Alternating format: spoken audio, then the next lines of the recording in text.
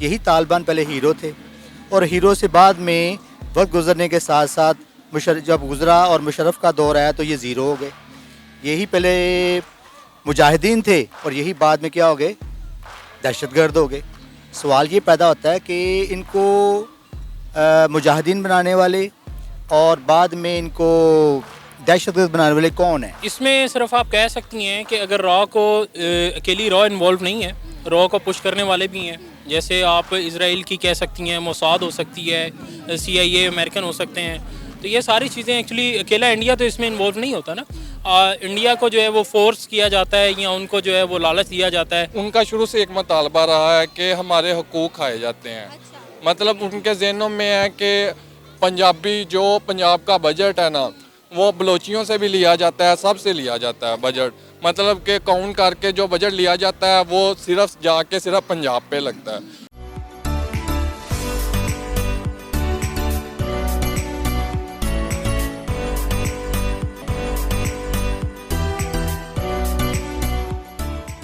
السلام علیکم, نمستے, ست شری اکال. میں ہوں ثنا امجد. ناظرین, بلوچ ملیٹنٹ کے ایک گروپ نے تحریک طالبان پاکستان کے ساتھ ہاتھ ملا لیا ہے اور اسی حوالے سے TTP کی جانب سے ایک تصویر اور بیان بھی جاری کیا گیا ہے. اسی پر بات کریں گے آج ہم پاکستان کے عوام سے کہ ایسی کیا وجہ ہے کہ ہمارے بلوچ بھائی پاکستان کے خلاف کیوں جا رہے ہیں, پہلے افغانستان اور اب بلوچستان. اس سب کے پیچھے کون ہے, کیا اس کا ذمہ دار بھی ہم انڈیا کو ٹھہرائیں گے؟ آئیے جانتے ہیں پاکستان کی عوام سے.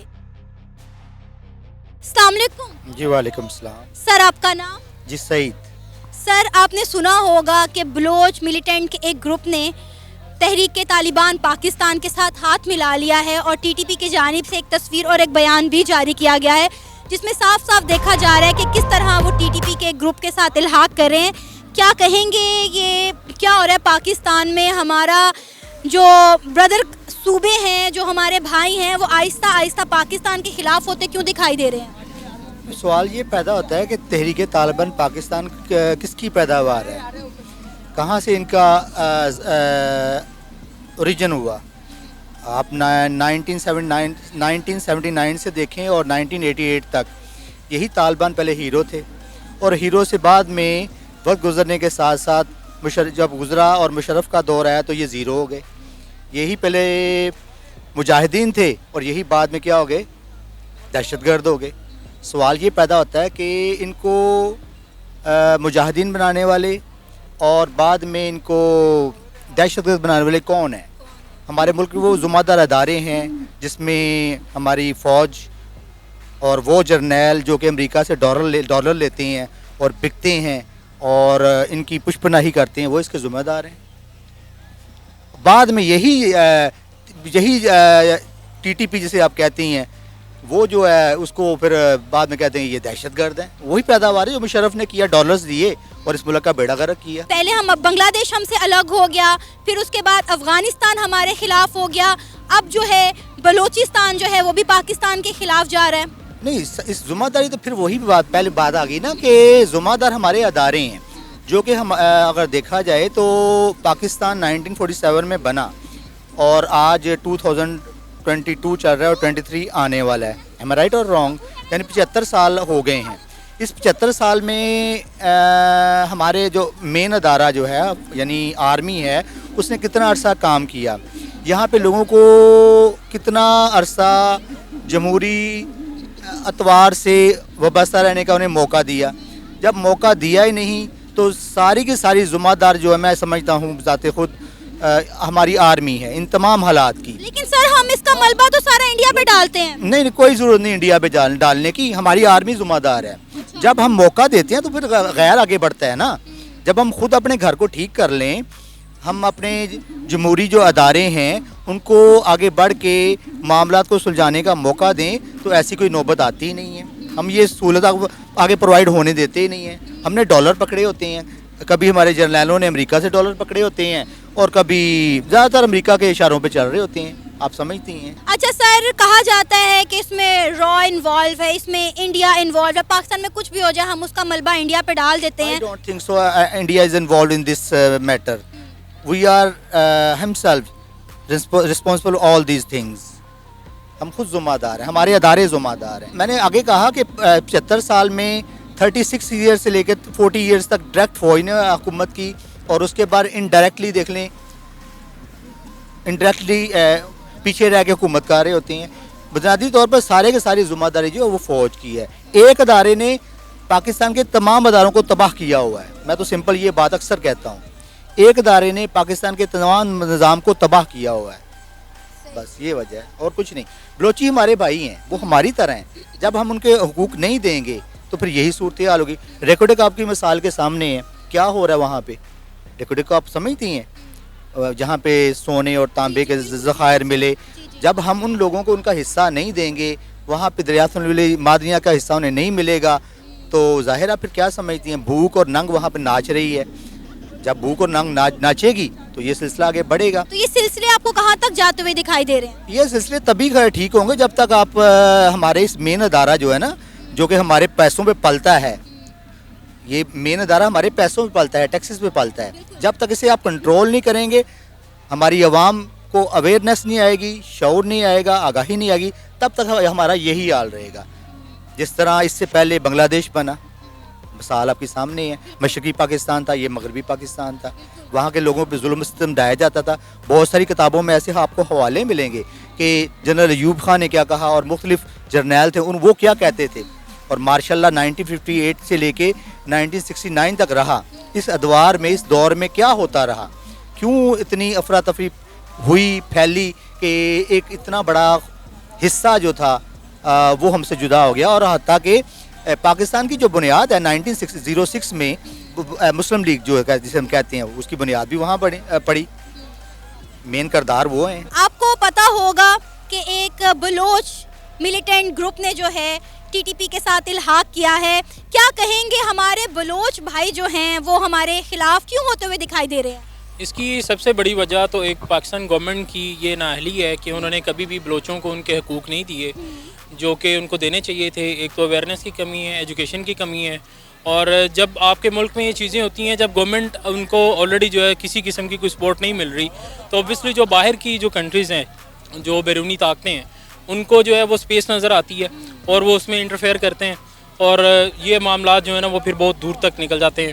جیسے ابھی آپ نے ریسنٹلی دیکھا کہ کچھ واقعات ایک دو اسلام آباد میں ہوئے ہیں, تو یہ شاید اسی کی یہ کڑی کے سلسلے میں ہوئے ہیں. تو یہ زیادہ تر یہ گورنمنٹ کی نااہلی ہے کہ انہوں نے جو ہے وہ.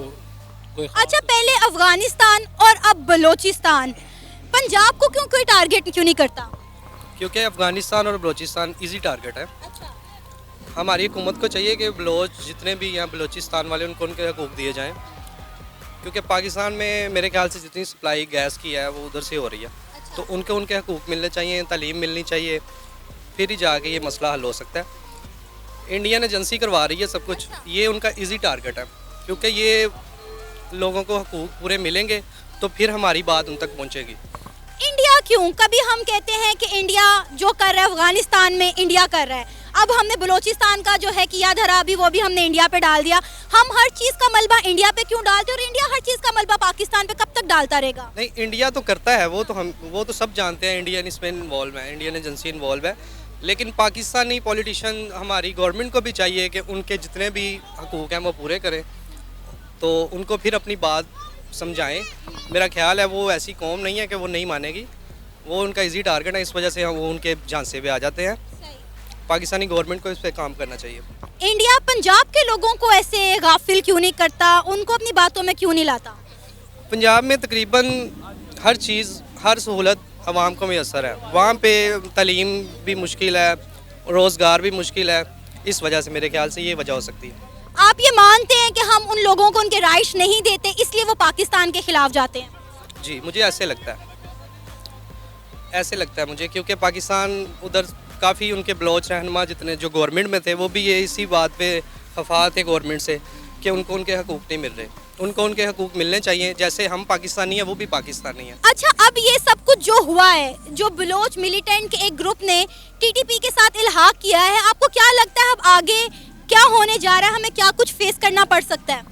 یہ تو گورنمنٹ کو اس پہ کوئی ایکشن لینا چاہیے, کچھ کرے, ان کے ساتھ مذاکرات کرے, بیٹھ کے بات سولو کرے, ان کو چاہیے. اور ہمیں اس قومیت سے باہر آنا ہوگا, پنجابی, سندھی, بلوچی, افغان, پٹھان, اس سے نکل کے ہمیں پاکستانی ہو کے سوچنا ہوگا, پھر ہی ہم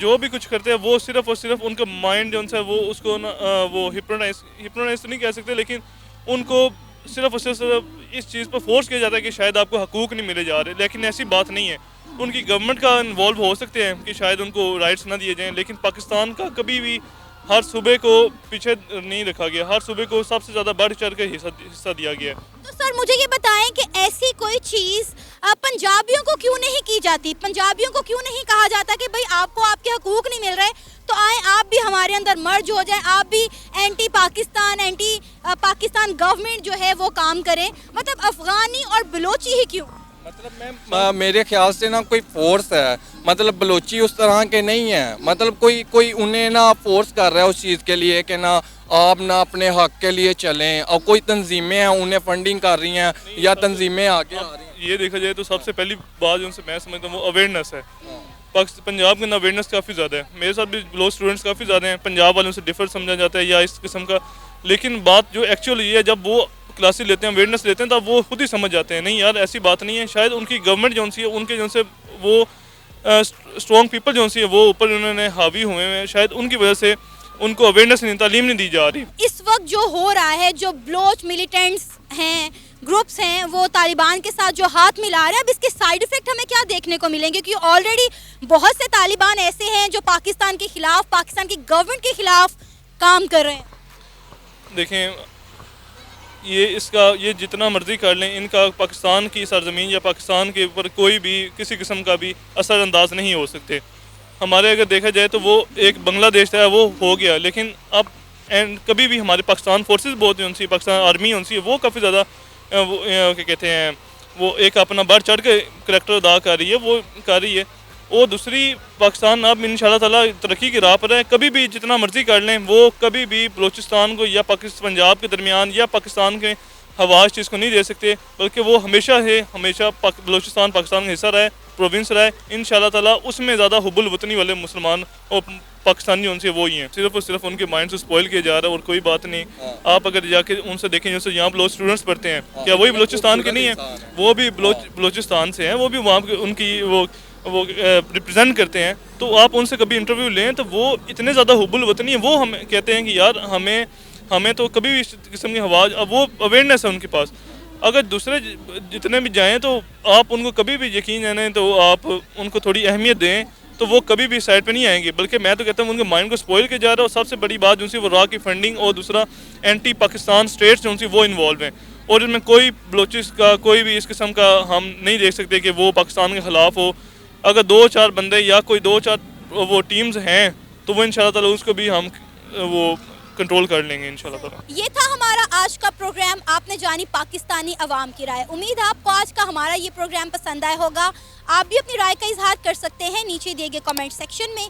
اسی کے ساتھ مجھے اجازت دیں، پر جانے سے پہلے ہمارے چینل کو سبسکرائب کریں، ویڈیو کو لائک کریں اور شیئر کریں. اللہ حافظ.